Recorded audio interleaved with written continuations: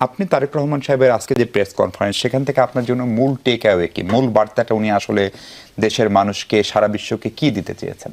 না, আপনি যদি এক কথায় বলেন যে রাজনীতির গুণগত পরিবর্তন এবং রাষ্ট্র ব্যবস্থাপনায় যে গুণগত পরিবর্তনের কথা বলা হচ্ছে, সেটি তিনি সম্পূর্ণভাবে ধারণ করে কথা বলেছেন।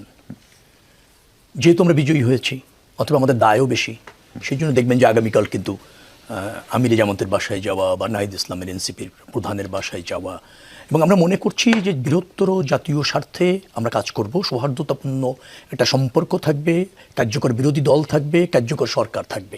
এবার মনে রাখতে হবে, শুধু সরকারের দায় বিরোধী দলের উপর জবাব থাকবে না, সরকারকে নিজেকেও আইনসভার উপর দায় থাকতে হবে। কারণ সরকারি দলেরও অনেকেরও কথা বলার সুযোগ থাকছে, এবং সেও সরকারের কাছে জানতে চাইবে, নিজ দলের সরকারের কাছে।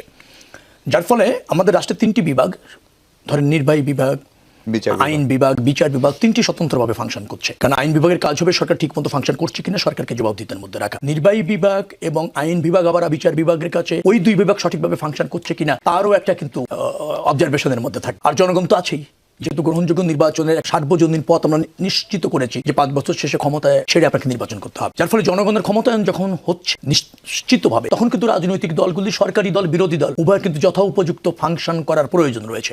বিরোধী দল মানে শুধু বিরোধিতা করলেই হবে না, বিরোধী দলেরও দায়িত্ব রয়েছে। এবং কিভাবে আপনি বিরোধিতা করছেন, আপনার বিরোধিতা কি শুধুমাত্র রাজনৈতিক স্বার্থে নাকি বৃহত্তর জনগণের সাথে, রাষ্ট্রের স্বার্থে, সেটাও কিন্তু এখানে বিবেচনার বিষয় থাকবে। অর্থাৎ বিরোধী দলকেও কিন্তু সফল হতে হবে বিরোধী দল হিসেবে, সরকারকে তো সফল হতেই হবে। তো আমরা চাইবো যেটা, যে একটা কার্যকর পার্লামেন্ট, গণতন্ত্র, স্বাধীনতা, সার্বভৌমত্ব, জনগণের বৃহত্তর স্বার্থ, সে ব্যাপারে রাজনৈতিক দলগুলি কনসার্ন থাকবে, এবং সেটা উত্তর সমৃদ্ধ করবার জন্য দেশ এবং জনগণকে যার যার অবস্থান থেকে একটা জোরালো ভূমিকা থাকবে, দায়িত্বশীল ভূমিকা থাকবে। সেই বার্তাটা তিনি দিতে সক্ষম হয়েছেন। জনাব আলম, উনি সম্ভবত সবচেয়ে বেশি জোর দিয়েছেন শান্তি শৃঙ্খলা বজায় রাখার উপর, আইনের শাসন ফেরানোর উপর, সুশাসনের কথা বলেছেন। উনি স্পষ্ট করে বলেছেন যে দুর্বলের উপর আক্রমণ করা যাবে না। আমাদের এখানে এবার ভোটের দিন সেই অর্থে সহিংসতা হয়নি বললেই চলে, এমনকি ভোটের ফলাফলের রাতেও এরকম সহিংসতা দেখেন, কিন্তু পরে বেশ কিছু সহিংসতার কথা ব্যারিস্টার নজিব একটু আগে বলছিলেন। জামাত বলছে যে অন্তত 4 জন নিহত হয়েছেন।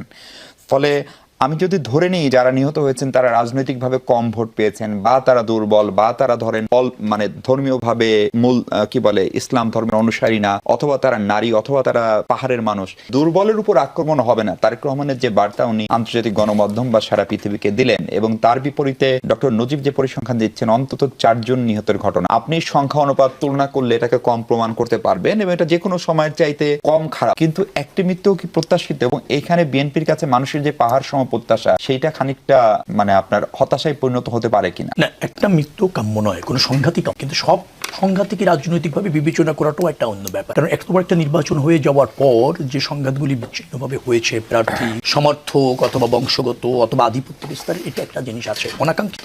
ডেফিনেটলি যারা করেছে তাদের বিচারের আওতায় আনতে হবে। বিএনপি এখনো সরকার গঠন করেনি, ডেফিনেটলি এই সরকারেরও দায়িত্ব রয়েছে সেটা তদন্ত করে এখনই ব্যবস্থা নেওয়ার, এবং তার প্রতি আমাদের পূর্ণ সমর্থন রয়েছে। নিশ্চয়ই বিএনপি সরকার গঠন করলে এটার উপযুক্ত তদন্ত করবে। এবং আরেকটা কথা বলা, নিহত অনাকাঙ্ক্ষিত কোনোভাবেই, কিন্তু নিহত হলেই কিন্তু দায় আরেকজনের হয়ে, অনেক সময় আত্মরক্ষার থেকে তো নিহত। কারণ আমি আক্রান্ত শিকার হয়েছি, আক্রমণের জন্য দায় ধরেন আপনারই ছিল, কিন্তু আপনি আক্রমণ করার পর হয়তো পাল্টা আক্রমণ আপনি নিহত হয়ে, এরকম কিন্তু হয়। সেই জায়গাগুলি মানে রাজনৈতিকভাবে না দেখে ঘটনার সত্যতা যাচাই করে তদন্ত সাপেক্ষে আইনের আওতায় আনা দরকার আছে। এত বড় দেশ, এত রাজনৈতিক উত্তেজনা, তার মধ্যে একটা নির্বাচন শেষ হয়েছে, কোনো জায়গায় কিছু ঘটনা ঘটেছে এরকম, কিন্তু যেভাবে বর্ণনা করা হচ্ছে জামাত ইসলামের পক্ষ থেকে, আমি যতটুকু জানি সেভাবে ঠিক না। আমাদের আরেকটা জিনিস করতে হবে, সেটা হচ্ছে যে ঘটনার বস্তুনিষ্ঠতা যাচাই করেই ব্যবস্থা নেওয়ার ব্যাপারে যদি আমরা সব দল মনোযোগী হই, তাহলে এই সংঘাত কিন্তু কমবে।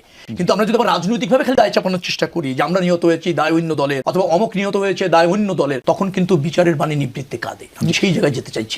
শেখ আলম, জামাতের পক্ষ থেকে 30টি আসনে পুনঃ ফলাফল গণনা দাবি করে সেই 30 আসনের বিজয়ী প্রার্থীকে শপথ না পড়ানোর জন্য নির্বাচন কমিশন বরাবর একটি দাবি জানানো হয়েছে। নির্বাচন কমিশন যদি এটাকে আমলে নেয়, তাহলে ইলেকশন কমিশনের যে আপনার শুনানি বা যারা এই সেমি কোয়াসি জুডিশিয়াল বডি, তাদের কাছে প্রেরণ করতে পারে। ফলে 30টা আসনের ভোট গণনায় কি আসলেও কোনো সংকট ছিল? আমি তা মনে করছি না। ভোট গ্রহণ না, শুধু ভোট গ্রহণ প্রক্রিয়া, গণনা প্রক্রিয়া, ফলাফল প্রক্রিয়া স্বচ্ছভাবে হয়েছে বিধায় আমার জানা এবং আমার দেখা। আমি নিজে যদি নির্বাচন করেছি, 36টা কেন্দ্রে আমি গিয়েছি, সেখানে গণনার সময় আমি উপস্থিত থেকে দেখেছি সব প্রার্থী তার রেজাল্ট শিটে সই করেছে এজেন্টরা, এবং সেখানে নিরপেক্ষভাবে গণনা হয়েছে। যেহেতু হাড্ডাহাড্ডি কয়েকটা লড়াই হয়েছে, উত্তেজনা থাকে, মনে করা হয় যে আমি ডিপ্রাইভ হলেও হতে পারি, বা গণনার মাধ্যমে যদি 2-3 হাজার ভোট বাড়ানো যায় কিনা, এরকম একটা শঙ্কা থাকে। কিন্তু আপনি দেখেছেন জামাত ইসলামের প্রধান কিন্তু গতকালকে বলেছে তিনি ফলাফল মেনে নিয়েছেন, নির্বাচন ভালো হয়েছে এবং এটা একটা ভালো নির্বাচন, অভিনন্দনও জানা হয়েছে বিজয়ী দলকে। তারপর আবার এখানে যা ওই যে বললাম আমরা কিন্তু বেরিয়ে আসতে চাই কালচার থেকে, কিন্তু আবার ওখানে একটু থেকে যাচ্ছি।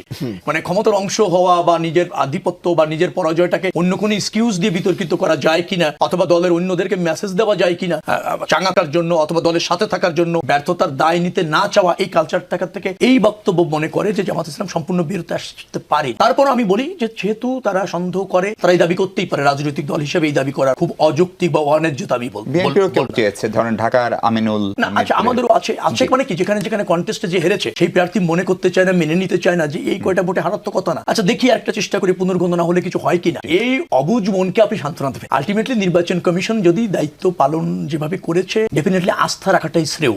আমরা একটা ভালো নির্বাচন করেছি, একটা ভালো সরকার, বিরোধী দল। জামাত ইসলামকে অভিনন্দন, অনেক ভালো তারা করেছে। ফ্যাসিবাদের পতনের পর একটা রাজনৈতিক শূন্যতা তৈরি হতে পারে বলে যে শঙ্কা ছিল, তার থেকে উত্তরণের একটা সুযোগ আমাদের হয়েছে। ধরেন জামাত এনসিপি জোট বেশ ভালো করেছে। এই অগ্রযাত্রার প্রতি এবং মানুষের প্রতি আস্থা রাখতে হবে। আমাদের মানুষ অকুণ্ঠ সমর্থন দিয়ে, রায় দিয়ে, আস্থা দিয়েছে আর রেখেছে। ডেফিনেটলি সেভাবে আমরা রাষ্ট্র পরিচালনা করতে